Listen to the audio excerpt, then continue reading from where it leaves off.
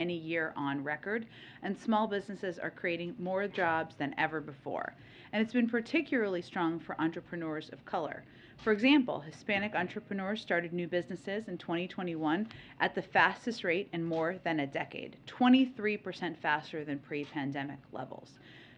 You heard the president say this today, but this approach is in stark contrast to congressional Republicans' tax plan, which would raise taxes by an average of almost $1,200 on nearly half of small business owners. Not only does President Biden reject congressional Republicans' plans to increase taxes on half of small business owners, he also has an economic strategy to keep the small business boom going, including expanding access to capital, making historic investments in technical assistance programs to help entrepreneurs identify resources, leveraging federal procurement to direct hundreds of billions of dollars in government contracts to small businesses, and leveling the playing field for small business owners to reforming the tax code.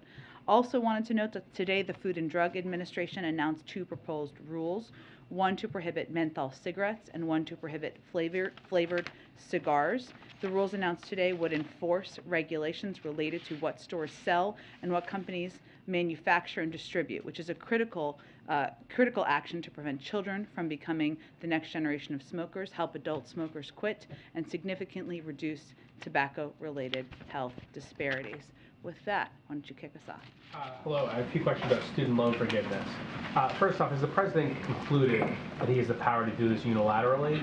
And secondly, does he believe that means testing is the correct approach to student loan forgiveness? Well, there's been no conclusion of any process internally yet, but you heard the president talk this morning about his ongoing consideration of how to provide additional relief to many Americans who are still have student loans, even though they have not paid a penny on federal student loans since he took office. And what was the second part of your question? Has he decided if he wants to do means testing? So he has talked in the past about how he doesn't believe that that millionaires and billionaires obviously should benefit, or even people from the highest income. So that's certainly something he would be looking at. So just want to be very clear about the power to do this. He's looking at doing this issue. Yeah. But you're not saying if he's going to send the bill to Congress or if he's actually going to do it himself. Well, we definitely know he has the ability and the legal ability to sign a bill Congress passes. So what we're really talking about is authorities through executive action, which we're continuing to look at and he's continuing to consider. And lastly, what concerns does he have with the growing cost of college? Obviously the cost of college has been rising very quickly. This would reduce borrowers' out-of-pocket costs to pay down some of their debt, but what about that cost of the education up front? Well, from the beginning of his administration, and I would say through the course of his career, he has expressed an interest on the increasing cost of college and the barriers that poses to people getting a 2-year or 4-year education. He has taken a number of steps already since he took office to bring down costs for Americans, including bringing down the cost of college. The American Rescue Plan provided nearly $40 billion in higher education relief for colleges and universities, much of which was earmarked for emergency financial aid to help students. To make college more affordable for college and for current and future students, he also called for and Congress passed a $400 increase in the maximum Pell Grant, the largest increase in over a decade. And additionally, we have now approved the cancellation of more than $18.5 billion in student loan debt for more than 750,000 borrowers. So while he's continuing to consider what executive actions he could take using his own authority, even though if Congress sent him a bill tomorrow, he could sign it, and he would sign it to give $10,000 of student debt relief. He has not hesitated and has also taken additional steps. And the final question, response to Republicans like Senator Romney who say this is a political giveaway to consider canceling student loan debt. I would say, the president's view is that as the leader of the country, what he needs to do is continue to provide relief to people who need it most, to help people get some extra breathing room, and that includes getting people this consideration of getting people relief who have taken steps to further their education and maybe take steps to advance their family circumstances. Go ahead. Thanks. Switching gears to Title 42, the president said today that the administration would comply with whatever the courts decide. So just to be clear, there's not a plan to fight this decision? That would be a decision made by the Department of Justice, but they haven't even done a formal ruling that they're considering at this point in time. But there's the temporary, the TRO. So at this point, the administration doesn't have anything to announce in They terms of verbally did the TRO. They have not done, I don't believe, a more formal written one that has been looked at or considered by the Department of Justice at this point in time. Does the president disagree with this ruling? Again, it's the Department of Justice to look at this. The president has talked about how the authority is given to the CDC to make a decision about when the conditions exist to lift Title 42. They made that decision, and he certainly supports that, and that's why we're preparing to lift it through the Department of Homeland Security and an interagency process. But if the CDC determined, like you just said, the order was no longer necessary, then it wouldn't make sense to not fight this, to let it just stand. Well, the Department of Justice would make that decision. There hasn't even been a formal issuing by the court. It's been a verbal report. They said they would need to look at that. They would make any announcement about any legal action. I just want to ask you, we just continue to hear these Democratic senators that were briefed this week. Corto Mazda was the latest. She was briefed by the administration and said that even though you've been saying there's this comprehensive plan to deal with the border after Title 42 is lifted, she has not seen a comprehensive plan. She said she did not hear a comprehensive plan on how they are going to address the surge or the resources needed to make sure we are addressing the drug trafficking across the border. So your response to her, and just big picture why Democrats aren't united on this? I can't speak for all Democrats. I can tell you that we share the frustration about how broken our immigration system is and how there need to be fixes at the border, whether that is smarter security funding or fixing the asylum processing system that's long been broken. And we would welcome the interest of any Democrat or Republican to work with us on that effort and talk about and work on moving forward the bill the president proposed on his first day in office. Secretary Mayorkas, who oversees this, of course, has been testifying. I think he's testifying to 4 committees, including the House Judiciary Committee today, and he laid out 6 pillars of our plan, including components that address exactly those specific pieces: how we would surge resources, personnel, transportation, medical support, how we're enhancing CBP processing, how we're administering consequences for unlawful entry, how we're bolstering the capacity of non-governmental organizations, what we're doing to target and disrupt the transnational criminal organizations, and how we're going to deter irregular migration. But this is not an immigration policy. This is how we're implementing the lifting of Title 42. So we need a longer-term, more comprehensive immigration reform policy, and we'd welcome any efforts to work with that with members of Congress. Go ahead. Hey, Jen, the request for $33 billion, how quickly do you expect it will move through Congress, and when is the deadline for when you absolutely need it? I'm not here to set new deadlines, but I can tell you that both needs are urgent. Well, I would say that need is urgent, as is the need for COVID funding is urgent. In terms of where we are with spending, just to give you a sense of the money that we've already allocated or already been putting on the ground to the Ukrainians in the form of military assistance. I stumbled through that a little bit.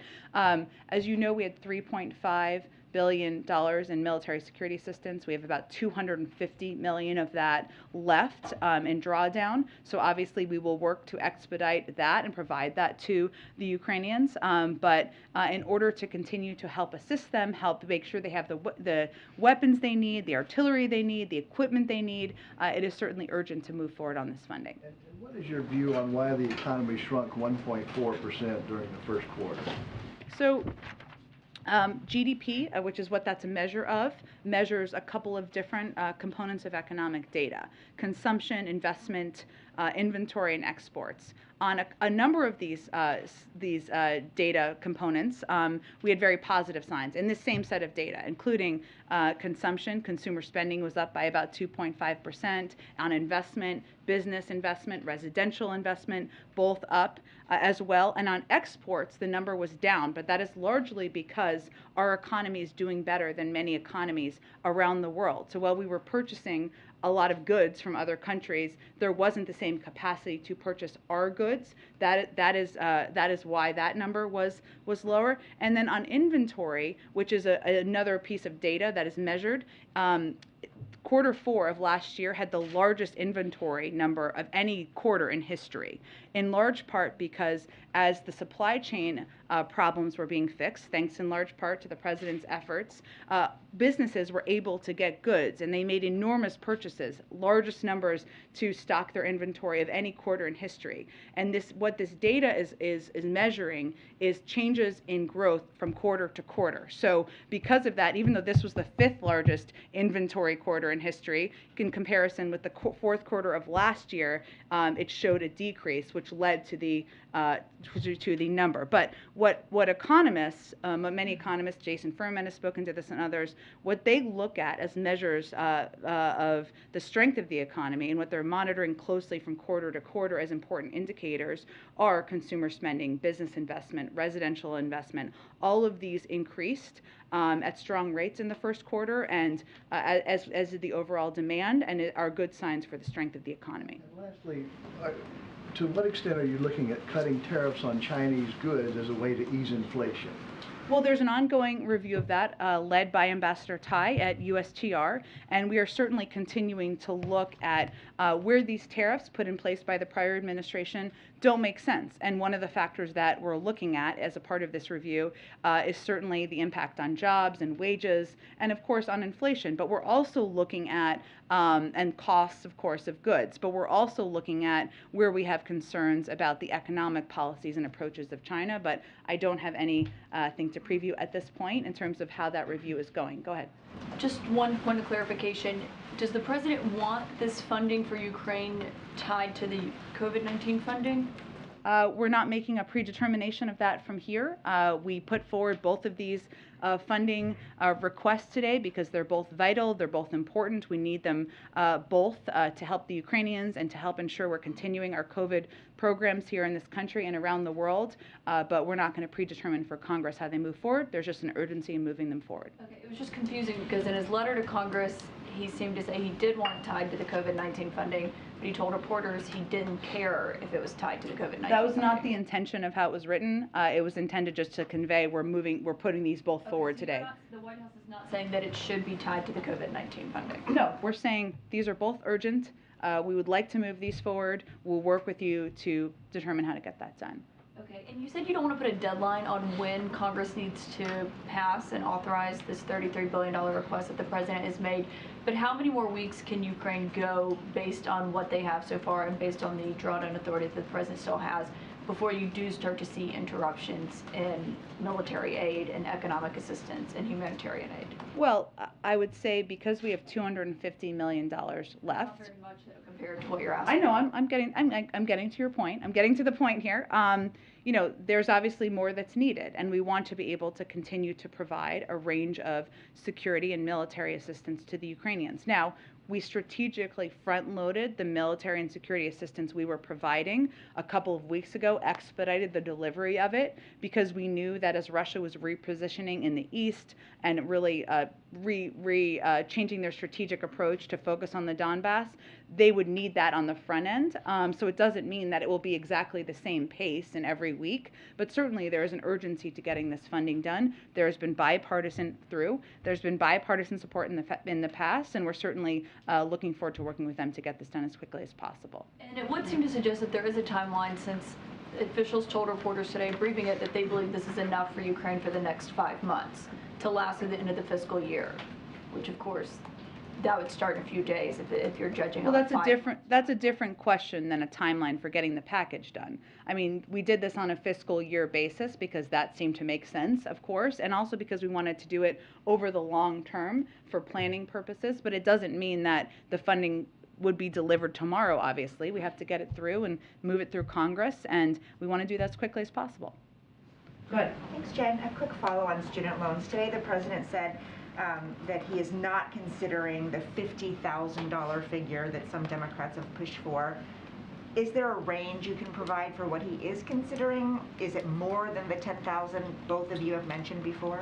He has said that before, so today was not the first time he has said that about $50,000 in the past. I guess it's been a few months. I don't have a top range for you. I think he was just reacting to that size of the number. He said in the past, and I've reiterated, that he would be happy to sign a piece of legislation or a bill that came to his desk that canceled $10,000 in student loans. Could be more than that. We're looking at that, but I think $50,000 was just his indication of that size and his opposition addition to that. Got it, thanks. And then today, when he was talking about the supplemental budget, he said that NATO allies and EU partners are going to pay their fair share of the costs as well. How does he define fair share? I think he was trying to send the message, which has already been underway, that we are going to continue to give a range of, and a significant amount of military and security assistance, but other countries, we expect them to continue to step up as well, as this is going to be a sustained effort, a longer war, as we've talked about before. We're going to need other countries to continue to provide a range of assistance as well. And we are far and away, the United States is the largest provider of military, humanitarian, and economic assistance, and other countries have taken steps. I mean, Germany just announced this week, right, their plan or their intention, and they may have been delivered, to provide tanks, something they have never done before. A number of other countries have announced steps to provide a range of military assistance and weapons that they have never provided before. But it was more the president sending a message about the need for every country to remain committed to this sustained and long-term effort to support the Ukrainians. But he's not saying that they should be paying as much as the U.S. in terms of a monetary figure. Every country is going to be able to provide different amounts and different types of assistance. So it's not prejudging that.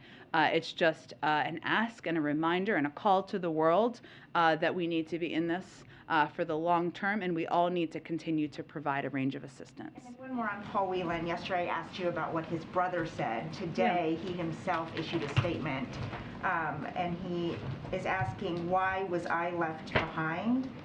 He mentioned he's pleased Trevor is home with his family, but he is asking, why hasn't more been done to secure my release? What is the administration's response to Paul Whelan? I would say that we will continue to do everything possible to bring Paul Whelan home. We are in regular touch with his family and his family members, and we don't outline in detail everything we are doing publicly because our objective is to return him home with his family. The president is focused on that, and we would say to him, we are going to continue to do everything possible to bring you home. Can you say whether there has been any progress made in the past 2-3 months on their cases, on Whelan and Brittany Griner? It wouldn't be constructive to outline or detail any specifics from here because our objective is to be successful, and talking about these cases publicly and getting into specifics often isn't constructive toward that goal. Thank you. Jen, thank you. I want to start by asking you a few questions about Ukraine. The UN Secretary General met with President Putin. He's meeting with President Zelensky. He's trying to strike a deal to get those who are in the steel plant out. The Ukrainian officials were very skeptical of these talks heading into this week. Does the administration feel as though there's been any progress that has come out of his talks with Putin and Zelensky? Look, I would say that it's not for us to make a judgment from here. We are here to support the efforts of the Ukrainians and the Ukrainian leaders to pursue diplomatic talks and diplomatic engagements should they see that as constructive. We have not seen evidence that President Putin or the Russians have taken steps, whether it is allowing for humanitarian convoys to move forward, humanitarian assistance, creating corridors, that would give an indication of that. But our objective is continue to implement the strategy that we laid out from early in this conflict, which is to provide the type of security and military assistance to help the Ukrainians fight and win on the battlefield. They obviously did that in Kyiv and pushing back the Russians, to give them economic and humanitarian assistance to strengthen their hand in diplomatic talks. Against the backdrop of the president's announcement today and request for this $33 billion aid package, can you say, is it the policy goal of the United States for Ukraine to defeat Russia? Well, look, it depends on how we're not going to define that from here. That's for the Ukraine. Well, that's for the Ukrainians to define. What we are going to do from here is to continue to provide them with a range of security and military assistance, as is evidenced by the package that the president proposed and put forward to Capitol Hill today, to strengthen their hand on the negotiating table and ensure that they have the support and backing of the United States and the world. Just to be clear, and I understand what you're saying, it's for the Ukrainians to define, but does the United States think that success has to include Russians leaving all of the new portions of Ukraine that they've currently invaded? Again, we're not going to define that from here, Kristen. There are a range of negotiations that may happen and may take place, and we're just not going to get ahead of that. Let me ask you about Build Back Better, if I might, or the remains of Build Back Better. Yeah. Given that you are pushing for this new aid, given that you are pushing for pandemic aid as well, where does that fall right now on the agenda? Is there urgency to get those priorities passed as well? Absolutely. I mean, here's the thing about Congress and governing. You can and you are able to do more than one thing at one time, right? Just even look at the committees of jurisdiction in Congress. The committees that are considering and looking at some of the military assistance and security packages may not be the same that are considering and writing pieces of legislation on a reconciliation package. There is a great deal of interest and passion on Capitol Hill among Democrats in moving forward on the president's agenda and the president's proposal to lower the cost of prescription drugs, to lower the cost of child care, of health care, of elder care. And we're going to continue advocating and fighting for that. In order for it to get done against the backdrop of this election year, do you need to have a deal in place by Memorial Day? That has obviously been floated as a deadline. I'm not here to set new deadlines, Kristen. We know there is interest, there's passion, there's advocacy. We're continuing to do a lot of work behind the scenes, and we're going to continue to fight to get it done. I know you don't want to talk about deadlines, but if you could give us a reality check. The president said today he's going to announce something on student loans in just a few weeks. You had said that there could potentially be an announcement by August, the end of the summer. Realistically, can we expect to hear something from the president in the next few weeks on this? Stay tuned and we'll see. Obviously, we have to continue a policy process. The president will make a decision, and once we have a decision to make, we'll of course announce that. What I was getting at really is the end of August is also the time that the student loan payment deferral, that's the kind of period that it was extended through, so it was more about making a decision before then. Okay, thanks, Jen. We always like to beat timelines here, so go ahead. Thank you, Jen. On student loan debt, Yeah. the Committee for a Responsible Budget has spoken out against this, saying they've done a calculation that canceling $10,000 per borrower would cost $250 billion, $50,000 per borrower would cost $950 billion. What do you say to people sort of in their camp who are concerned that canceling student debt can have an inflationary impact? Well, I haven't looked at all those numbers and what incomes they would apply to, nor has there been a proposal that the president has put out on this front or anything that's passed through Congress. But what I would say, broadly speaking, is that when you look at the choices that need to be made, the president is looking at the impact of student loans, something that many people in this country, millions of Americans, undertook to get a better education, to make sure they were advancing their own knowledge, to maybe help their family have a better life. That finding ways to provide relief to students, to make sure that these working families are getting relief is more important than tax cuts to millionaires, billionaires, and corporations. And we can make choices about where we invest and where we think we can make the tax system more fair. But there isn't even a bill that's moved through Congress, nor have we put a proposal together. So those numbers aren't based on any reality at this moment.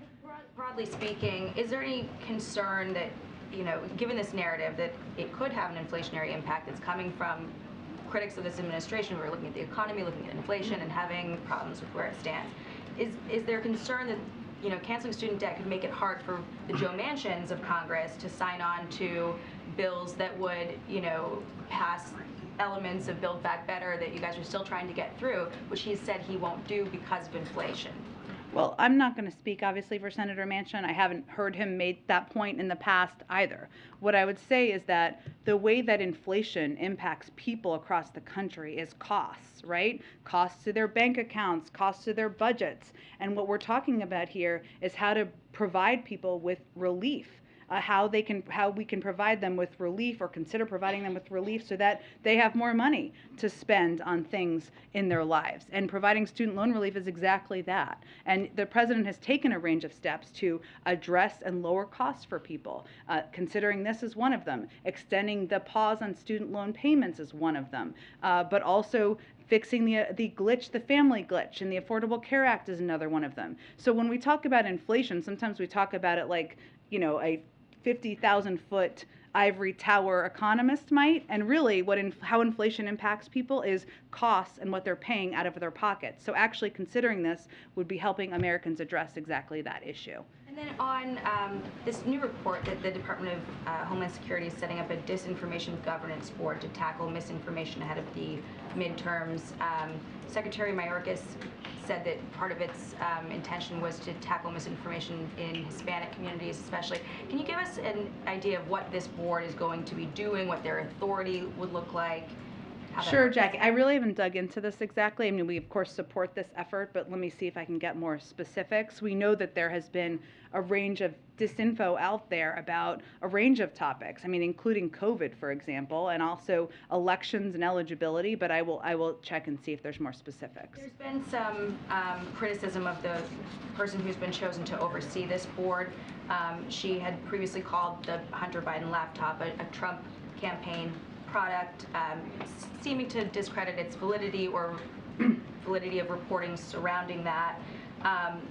How can you assuage concerns of people who are looking at this person who's been appointed to this position and wondering if she's going to be able to accurately judge misinformation now that a lot of that reporting has been proven to be factual in some ways? Well, I don't have any comments on the laptop, but what I can tell you is that it sounds like the objective of the board is to prevent disinformation and misinformation from traveling around the country in a range of communities. I'm not sure who opposes that effort, and I don't know who this individual is, so I have no comment on it specifically. Her name is Nina Jankowicz. She also just recently made some polarizing comments about Elon Musk's Twitter purchase. It's just getting some pushback from critics who are saying this person may not be the right choice for a board that is run by the Department of Homeland Security. Can you speak to that at all? I don't have any information about this individual. I can check on more information about the board. Go ahead. How much of the original $13.6 billion for Ukraine has actually been spent at this point? Reporters are still trying to understand the answer to that. Well, I noted a little bit earlier, I think, in preemptive response to this question, that of the $3.5 billion on security, we've spent $3.25 billion of that already, which we have transparently provided regular info to all of you on. In terms of the humanitarian and economic assistance, a lot of it has been allocated to how it would be spent. I can see if we have an update on what has actually gone to ground.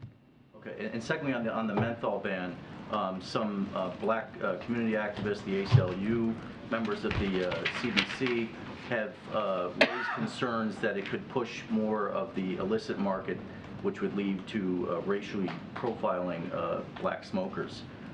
Can this administration assure that won't happen?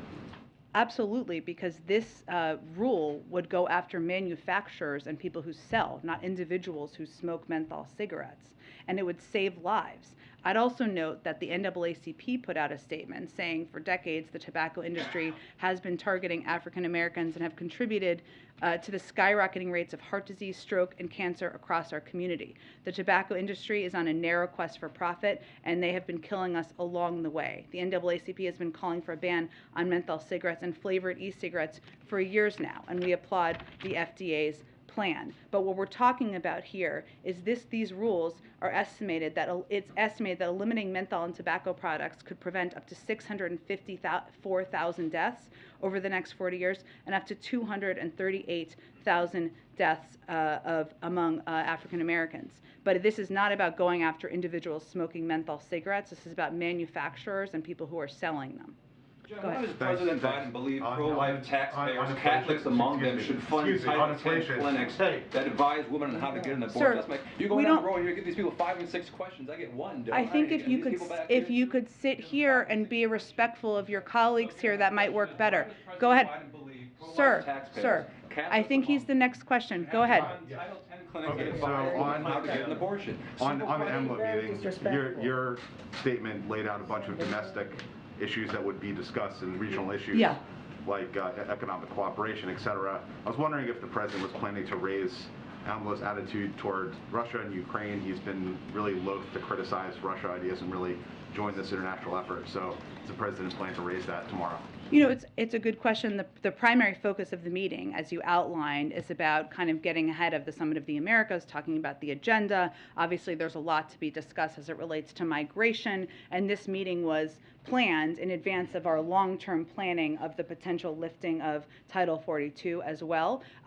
It is often on the president's mind, as you know, Russia and Ukraine and the conflict. So while it may not be on the preemptive agenda, we will have a more comprehensive readout once the meeting is concluded. And on the GDP report, I'm just wondering if the contraction has the White House rethinking its support for the Fed's plan to raise interest rates. We continue to support the intention or stated intention of the independent Federal Reserve to recalibrate, and we support that effort. I noted a lot of the different data measurements here because I think it's important to note that the inventory piece was not unexpected. I mean, we actually spoke to it a couple of days ago as well, given the record inventory numbers from the fourth quarter of last year and the fact that it measures the comparison and the change of growth from quarter to quarter. And then lastly, this happened while you came out here, so you might not have heard about it, but Senator Manchin said at a hearing that he thinks the electric vehicle tax credit quote makes no sense. And I'm wondering what your reaction to that is and whether you think that further complicates skinny reconciliation bill getting through. I would say that Senator Manchin remains a friend of the president's and someone we will continue to work with and look forward to continuing engagements with. Go ahead. Question, why does President Biden believe pro-life taxpayers, Catholics among them, should fund Title X clinics that advise women how to get abortions? Economic and humanitarian assistance aid amount. I'm wondering, the military aid, it seems like the president said his quote basically run out. The the humanitarian and economic aid, if it has not yet run out, could those funds be diverted first from the White House to additional security and military assistance? Is that something that you all can do? Is it something that you are considering?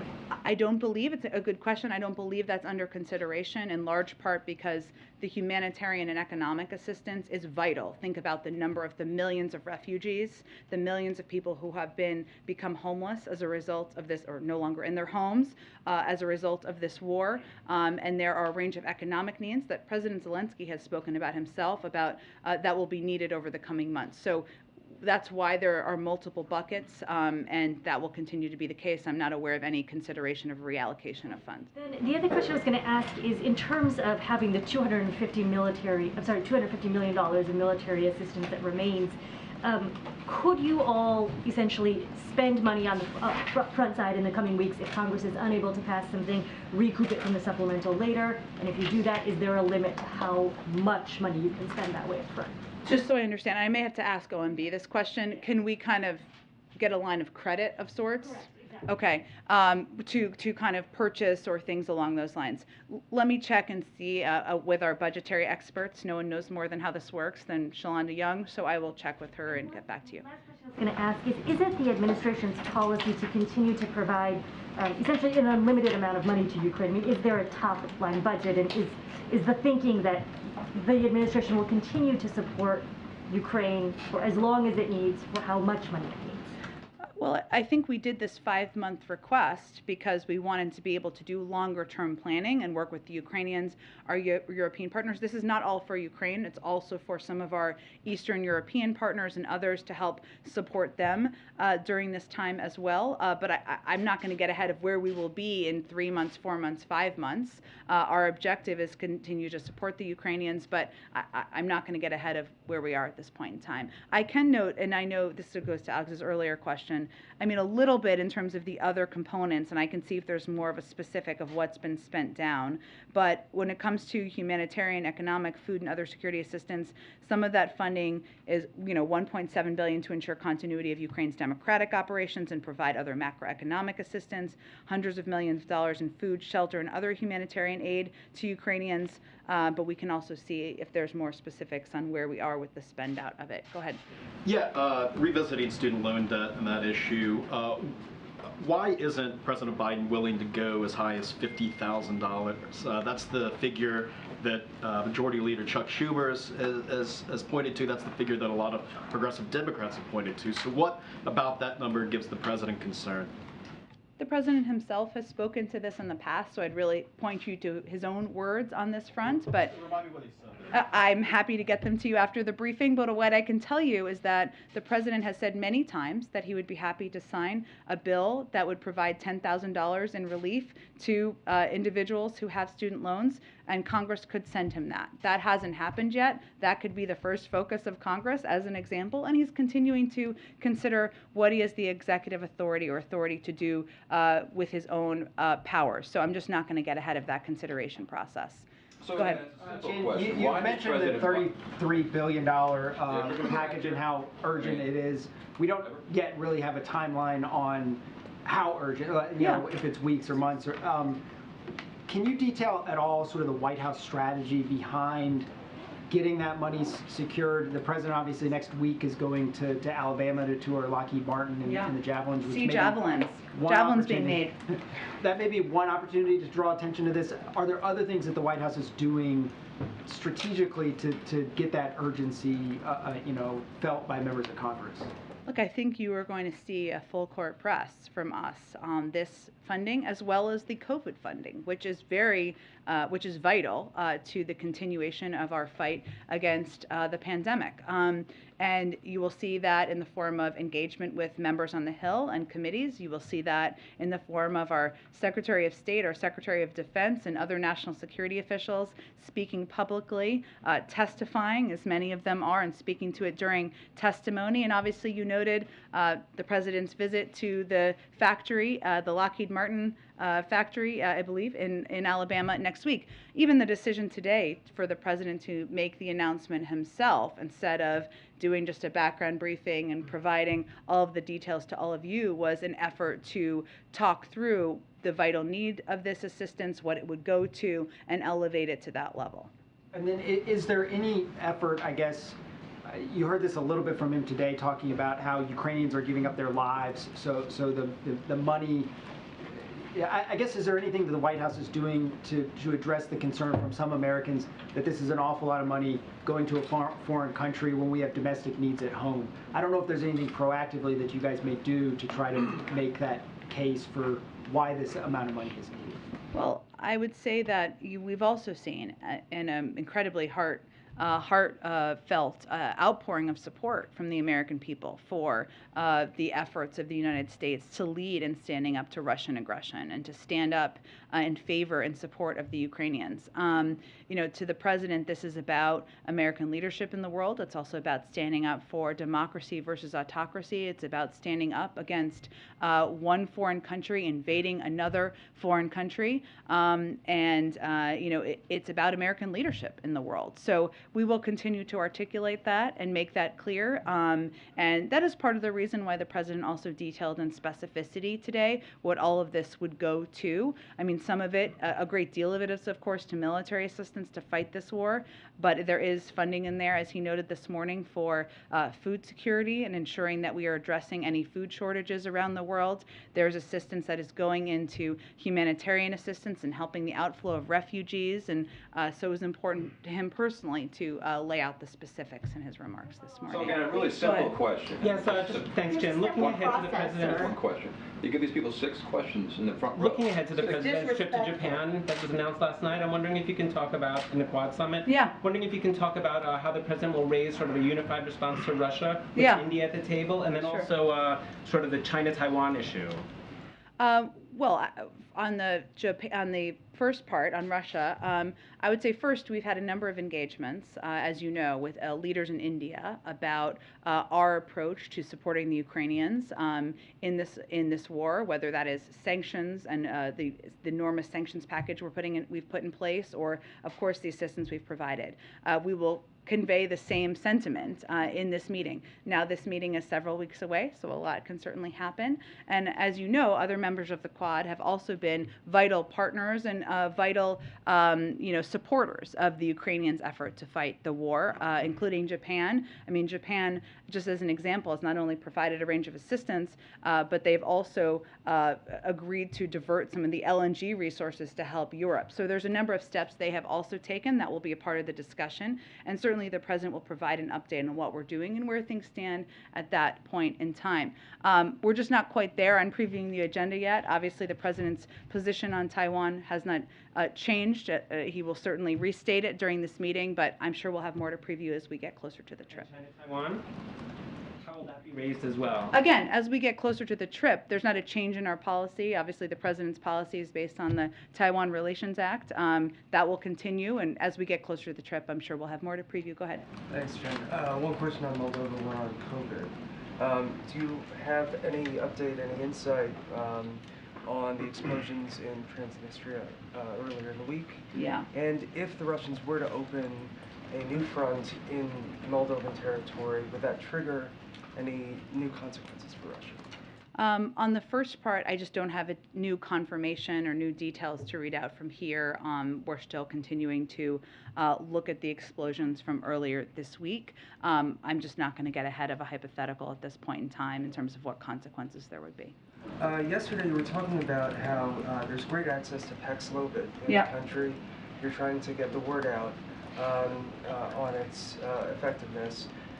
One of the main issues with Paxlovid is that an individual who's eligible has to test positive, and then they have to race to get it within 3 days, even though they're quarantining. Is there any conversation within the administration to change that for an eligible individual to be able to get it preemptively?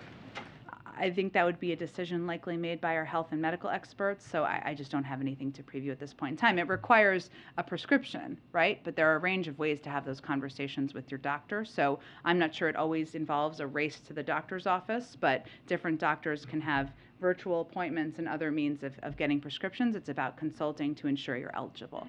Question. Thank you, Jen. So I have a question on Ukraine and then a follow-up on my colleague's question.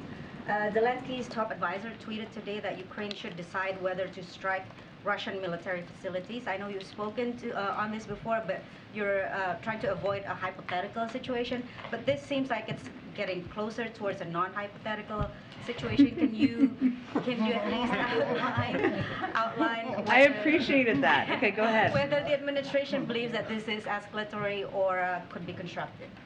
Well, one, I think it's important to take a step back and remember what we're talking about here. I mean, it is Russia that started this war, invaded Ukraine, and violated Ukraine's sovereignty and territorial integrity. It's Russian forces that have committed war crimes and horrifying atrocities, and it's Russia that continues to attack Ukrainian targets in Ukraine every day. So even if we are, dare I say, getting into a hypothetical, what we're talking about here is not any intention of Ukraine invading Russia and trying to take Russian territory, going after Russian civilians, going after Russian hospitals. We're talking about consideration of military targets. It's something very different, so I just think that's important context for everybody to consider. Still on Ukraine, there's no formal announcement as of right now about Jakarta inviting Zelensky to the G20, but our sources suggest that they are indeed inviting both Zelensky as well as Putin. So under those circumstances, would the president consider attending? I know it's still 6 months away, but under those circumstances, if it remains the same. Well, we certainly welcomed reports about Ukraine's invitation. Obviously, we can't confirm that on behalf of Indonesia, who is hosting, and the president has been clear about his view this shouldn't be business as usual and that Russia should not be a part of this. But again, it's 6 months away. We don't even have confirmation of these reports, so I'm certainly not going to get into a hypothetical in this case. To follow up on the issue of Americans being concerned about the amount of money being sent out to Ukraine, one of the things that the president outlined today in his speech was not just humanitarian assistance, but also allow pensions and social support to be paid to the Ukrainian people. So what would you say to the American public who says, okay, it's one thing to help Ukrainian refugees with food and shelter, but why should we be paying for their pensions? Well, look, I would say that we have provided a range of economic assistance because we know that their economy has been devastated, not of their doing, because they were invaded by a foreign country. And they're going, let me finish. and they are going to need assistance in order to recover. We provide assistance, economic and humanitarian assistance, to a range of countries around the world because that's part of American leadership. And so I would say that's the reasoning for this assistance being proposed in the package. Go ahead. Jen, on menthol, going back to the opposition in the Black community. I talked to Congresswoman Frederica Wilson today, and she said she's opposing it. She says the president should not only deal with menthol, but ban all instead of just menthol. She feels that it will cause a profiling issue. And she also says this is something that should not be dealt with in the midterms because it will split the Black community. What do you say to that? And are you talking to Frederica Wilson, Al Sharpton, Ben Crump, and others about this very issue? Well, let me try to answer all your questions there. I'm sure you'll let me know if I don't, April, of course. This is a public health decision made by the FDA. And the objective of it was not to address politics or handle politics in one way or another, but to save lives. And the studies estimate that with menthol cigarettes, if they're no longer available, it could prevent over 650,000 deaths, including 238,000 African Americans. There are also high rates of use by children and young adults. Menthol also increases the appeal of cigarettes, makes them easier to use, especially for kids.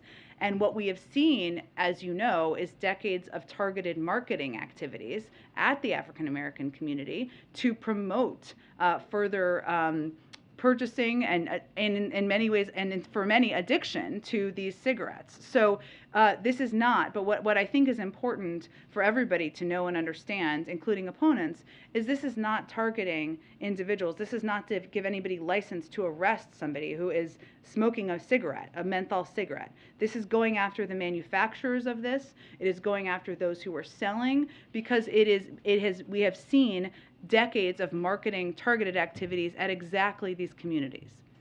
With that said, as you say, decades, I mean, there's been efforts to stop the targeting through billboards in urban communities in the 90s and on and on. This is decades old, but why now? There's been progression, but why now instead of other issues? Well, I think, again, this is a public health decision that went through a public health process. It wasn't made through a political prism or made, for any other reason than the lives that it could save. Go ahead. Thank you, Jen. At least 7 sailors have died by suicide since the USS George Washington began undergoing a shipyard overhaul. There have been 3 just within the last month. The Navy today confirmed 3 from prior years. Is the president aware of these suicides? Does he have any response to them?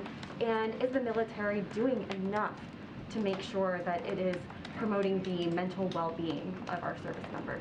Well, certainly the president is regularly briefed and is aware, and the service of men and women and the stress and the pressure on them is something that is on his mind, including making sure we have the right mental health care, the right treatments for any individual who may be suffering from depression or anything that might lead to suicide.